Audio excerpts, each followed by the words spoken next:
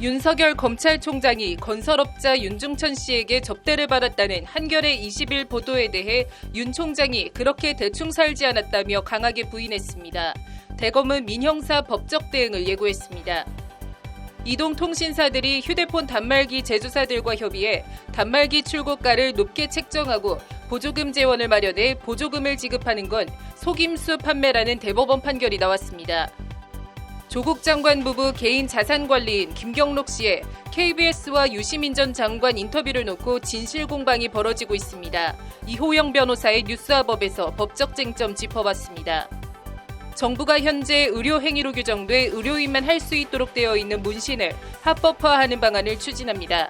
법률방송 연속기획 문신잔혹사 해외 사례들을 알아봤습니다. 10월 11일 법률방송 로투데이 시작하겠습니다. 첫 소식입니다. 저희 법률방송에서는 문신을 의료행위로 규정해 의료인만 할 수 있도록 하고 있는 법과 현실의 괴리에 대해 지속적으로 문제점을 짚어보고 대안을 모색해보는 보도를 하고 있는데요. 정부가 모든 문신 시술을 불법화하고 있는 현재 기조에서 탈피해 반영구 화장 등 미용 차원에서 하고 있는 문신부터 합법화하는 쪽으로 가닥을 잡고 관련 정책을 추진한다고 발표했습니다. 관련해서 해외에선 관련 제도가 어떻게 되어 있는지 알아봤습니다. 문신잔혹사 그 7번째 장한지 기자의 보도입니다. 젊음과 패션, 유행의 거리 홍대 입구역 부근입니다. 간단한 손목 타투를 전문으로 하는 샵부터 팔이나 허벅지 등 특정 신체 부위를 강조하는 샵 등 타투샵들이 곳곳에 자리 잡고 있습니다.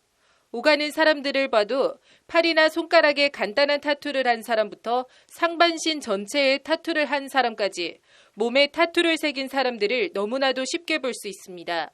몸에 바늘을 새겨 먹물을 넣는다는 식의 의미 부여가 오히려 우스울 정도로 타투는 말 그대로 개성 표현의 한 방식일 뿐입니다. 그냥 하니까 저도 꾸미고 싶어가지고 그거 외에는 딱히 의미를 두고 크게를 안 한 것 같아요. 요즘은 옛날이랑 다르잖아요. 네, 패션으로 자리 잡고 있어서 그냥 그런 목적이었어요. 그냥 다른 거 없었어요. 그럼에도 몸에 여러 문양이나 디자인을 직접 새기는 타투나 문신은 물론 눈썹 문신 같은 흔히 하는 간단한 반영구 화장도 현재는 모두 징역 2년까지 처해질 수 있는 불법 의료행위입니다. 굳이 왜 불법으로 규정하는지도 모르겠고 이미 다 공개적으로 하고 있잖아요. 그냥 일반 타투샵도 뭐 인스타그램이나 이런 데서도 홍보 많이 하고 뭐 확실하게 잡을 것도 아닌데 왜 규제하는지 모르겠어요. 이런 법과 현실의 괴리를 감안해 정부가 규제 개혁 차원에서 문신을 일부 합법화하는 쪽으로 제도 개선을 추진합니다. 국무총리실 국무조정실은 보도자료를 내고 반영구 화장 등 문신 시술 가운데 안전 위생 위험이 낮은 분야에 대해서는 비의료인의 시술을 허용하는 방안을 마련하겠다고 밝혔습니다. 국무조정실은 미용이나 개성 표현 일환으로 문신 시술이 성행하고 있지만 의료행위로 분류돼 불법행위 양산 문제 및 보건위생관리상 문제가 발생하고 있다고 제도 개선 배경을 설명했습니다. 사실 이제 광범위하게 시술되고 있는 게 현실이었는데 불법으로 묶여 있다 보니까 불법 문제가 사실 발생을 하고 있었거든요. 그래서 이번에 이제 그 안전성이나 이런 위험이 좀 낮은 문신 시술 중에서 반영구의 부분에 대해서는 풀어서 좀 업을 활성화하고자 하는 게. 현재 문신 시술 종사자는 약 22만 명, 시장 규모는 반영구 화장이 1조 원, 영구 문신 시장이 2천억 원 등 1조 2천억 원 규모로 추산됩니다. 보건복지부 관계자는 구체적인 규제 완화 범위와 시술자의 자격 기준 등에 대한 논의를 거쳐 내년 초 관련법을 개정할 계획이라고 밝혔습니다. 정부는 향후 문신 전반에 대해 규제를 완화하는 방안도 적극 검토할 계획입니다. 현장의 소리를 가까이 듣고 정책에 반영해 주셔야 합니다. 특히 업계와의 소통을 강화해 주시기 바랍니다. 실제 해외 사례를 봐도 미국의 경우 의료인에게만 문신 시술을 하도록 하는 주는 없습니다. 대부분 주별로 별도의 문신 자격증이나 면허 제도를 운영하고 있습니다. 영국은 지역별로 등록된 문신업소 시술자에게 최소 1년 이상 문신기술, 위생, 안전교육을 받은 뒤 문신 라이센스를 받아 등록을 하도록 하고 있습니다. 프랑스의 경우엔 법으로 규정된 위생, 보건교육 이수증을 첨부해 지역 보건청에 신고만 하면 문신 시술을 할 수 있습니다. 주요 선진국은 이처럼 문신을 별도의 전문직이라고 인정해 관리하고 있는 데 반해 문신을 의료행위로 규정해 일체 금하고 있는 나라는 일본 정도가 유일합니다. 다른 자격제도를 딸 수 있는 기회를 주지 않고 의사가 무조건 돼야 돼 라는 이야기하면서 의사가 되지 않은 상태에서 문신행위를 하면 2년 이상의 징역을 과하게 하는 것은 기본권의 제한이 아니라 제한을 넘는 침해에 해당한다.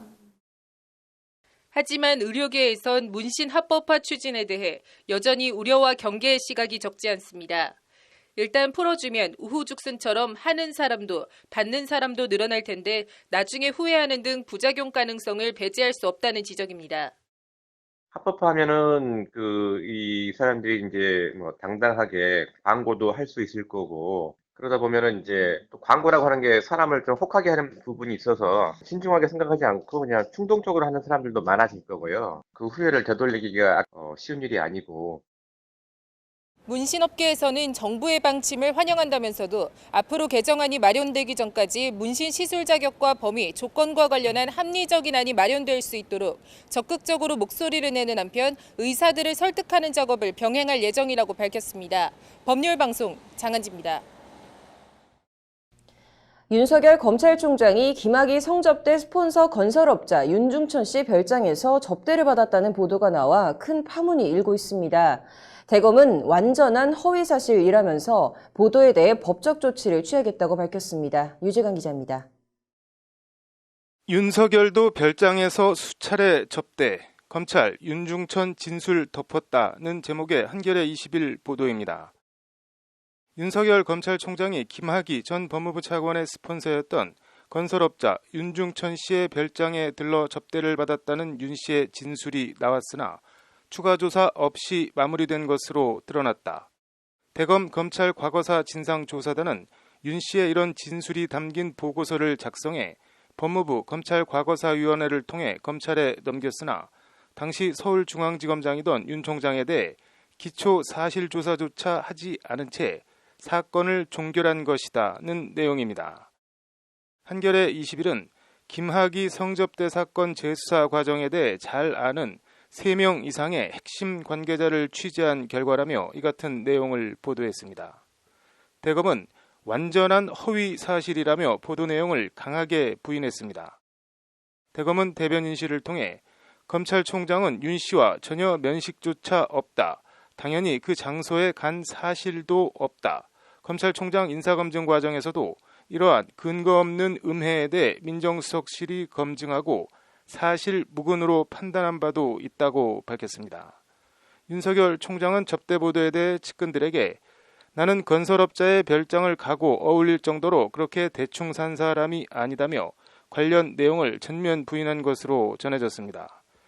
민정수석으로 윤석열 총장 인사검증을 총괄한 조국 법무부 장관은 정부 과천청사 출근길에 이 같은 의혹을 알고 있느냐는 기자들의 질문에 특별히 말씀드릴 게 없는 것 같다. 오늘 일정이 많아서 라고만 말하고 청사로 들어갔습니다.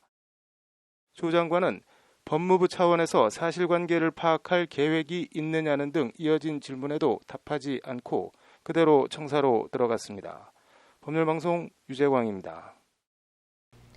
네, 유시민 사람 사는 세상 노무현 재단 이사장과 정경심 동양대 교수 자산관리사와의 인터뷰 논란이 확산되고 있습니다. 오늘 이호영 변호사의 뉴스와법에서는 알릴레오 공방에 대해서 얘기해 보겠습니다. 이 변호사님 어서 오십시오. 네, 안녕하세요. 네, 일단 이 알릴레오 공방이 무슨 내용입니까? 네, 한마디로 그 알릴레오에서 이제 김경록 자산관리사와의 인터뷰 내용을 방송을 했는데 이게 악마의 편집이다. 라는 지금 논란이 나오고 있는 것입니다. 그러니까 김 씨와의 인터뷰를 이제 짜깁기 해서 뭔가 검찰의 입맛에 맞게 보도를 했고 또 그러한 내용을 검찰에 유출했다라는 게 이제 알릴레오에서 유시민 이사장이 주장한 것이었는데 그게 아니다라고 이제 반박을 하는 그런 내용이었고요. 이제 인터뷰 전문에 나왔듯 이제 김 씨는 컴퓨터 교체를 했습니다. 그리고 이제 하드디스크에 대해서는 자신은 전혀 손을 대지 않고 그대로 제출했지만 그 행위 자체로 증거인멸이라고 인정을 하는 게 맞다라는 취지의 발언을 했는데요.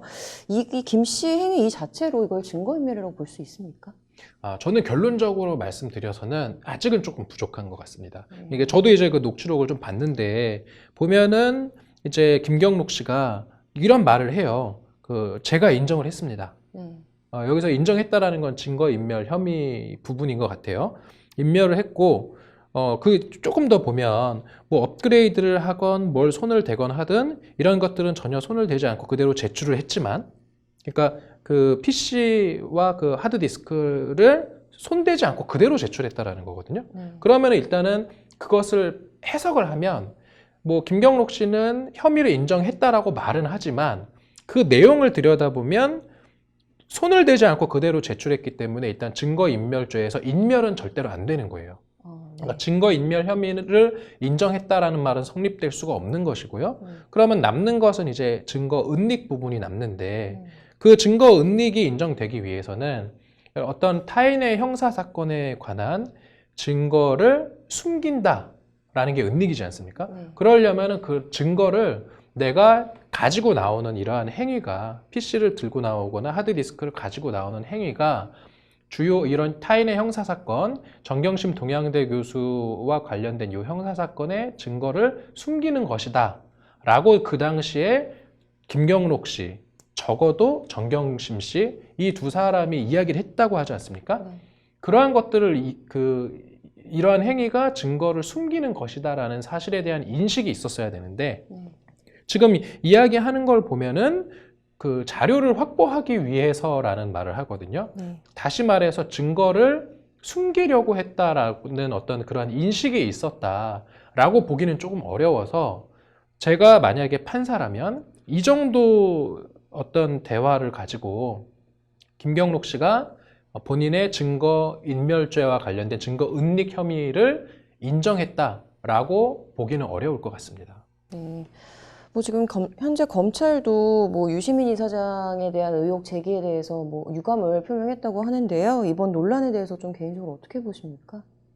이제 결국은 이제 악마의 편집이냐 아니냐의 문제인 것 같은데 이게 김경록 씨와 유시민 이사장의 녹취록이 지금 하나 나와 있고 그 다음에 KBS와 김경록 씨 사이에 녹취록이 나와 있는데 사실 대부분의 사람들이 이 녹취록을 과연 몇 명이나 읽어보고 생각을 할지 조금 의문이에요. 그래서 제가 말씀드리고 싶은 거는 이렇게 압축을 어떠한 대화를 편집을 해서 보도를 하는 그런 과정에서는 필연적으로 그 편집자의 주관이 개입될 수밖에 없는 것이기 때문에 유시민 이사장이든 KBS든 간에 각자가 보는 관점이 사실은 반영이 된 거거든요. 유시민 이사장 같은 경우는 김경록 씨의 어떤 그런 대화를 놓고 봤을 때 그 대화의 맥락이라고 표현을 해요. 이 맥락상 자기가 봤을 때는 증거인멸죄의 혐의를 인정하지 않았다라고 본 것이고요.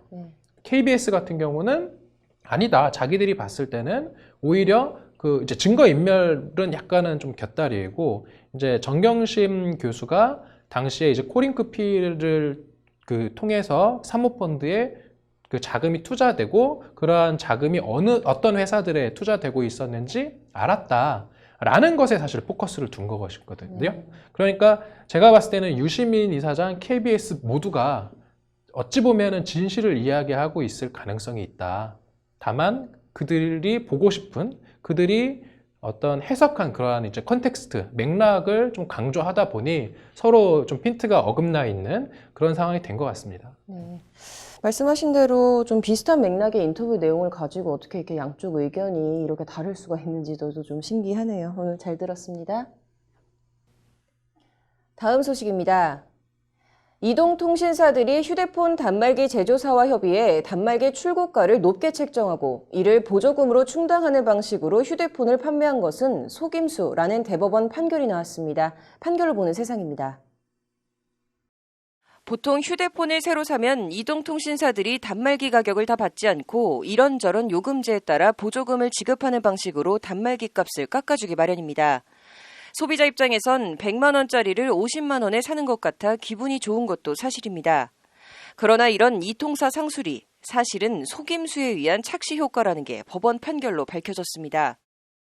공정위는 지난 2012년 7월 SK텔레콤에 대해 공정거래법이 금지한 위계에 의한 고객 유인 행위를 시정하라는 명령과 함께 과징금 214억 4,800만 원 납부를 명령했습니다.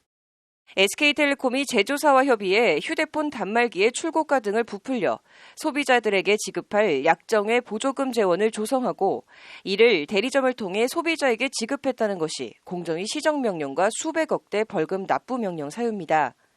한마디로 가격 부풀리기를 통해 소비자들을 속였다는 취지입니다.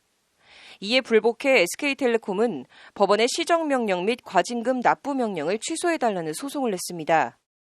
제조사와 출고가를 협의하는 것은 정상적이고 적법하며 약정 외 보조금 역시 통상적인 고객 유치 활동이라는 것이 SK 주장입니다. 1심인 서울고법은 SK텔레콤 주장을 기각하고 해당 영업 관행은 위계에 의한 고객 유인 행위에 해당한다고 판단했습니다. SK텔레콤은 단말기 및 이동통신 서비스 판매 촉진을 위해 공급가 또는 출고가를 부풀려 약정의 보조금을 조성한 후 대리점에 지급했다. 이로 인한 이익에 대한 과징금 부과 명령은 적합하다는 것이 재판부 판단입니다. 재판부는 이에 소비자들은 이동통신 서비스에 가입해야 고가의 단말기를 할인된 가격으로 살 수 있다고 오인하게 됐다며 SK텔레콤의 행위는 소비자의 자유로운 선택과 결정을 하지 못하도록 이를 제한하거나 왜곡해 공정거래를 저해하는 것이다 라고 질타했습니다. SK텔레콤은 판결에 불복했지만 대법원 3부는 위계에 의한 고객 유인 행위가 맞다며 원심 판결을 그대로 확정했습니다. 오늘 대법원 2부와 대법원 3부도 각각 LG U+와 KT가 공정위를 상대로 낸 소송에서 같은 취지로 공정위 승소로 판결했습니다. LG U+와 KT도 2012년 7월 공정위가 약정외 보조금 지급은 위계에 의한 고객 유인 행위라며 시정명령과 함께 각각 과징금 31억 1,700만 원과 53억 6,300만 원을 부과하자 소송을 냈고 오늘 최종 패소했습니다. 조삼모사, 원숭이들이 배고프다고 아각대자 주인이 아침에 4개, 저녁에 3개 주던 먹이를 그러면 아침에 3개, 저녁에 4개를 주겠다고 속인 데서 유래한 사자성어입니다.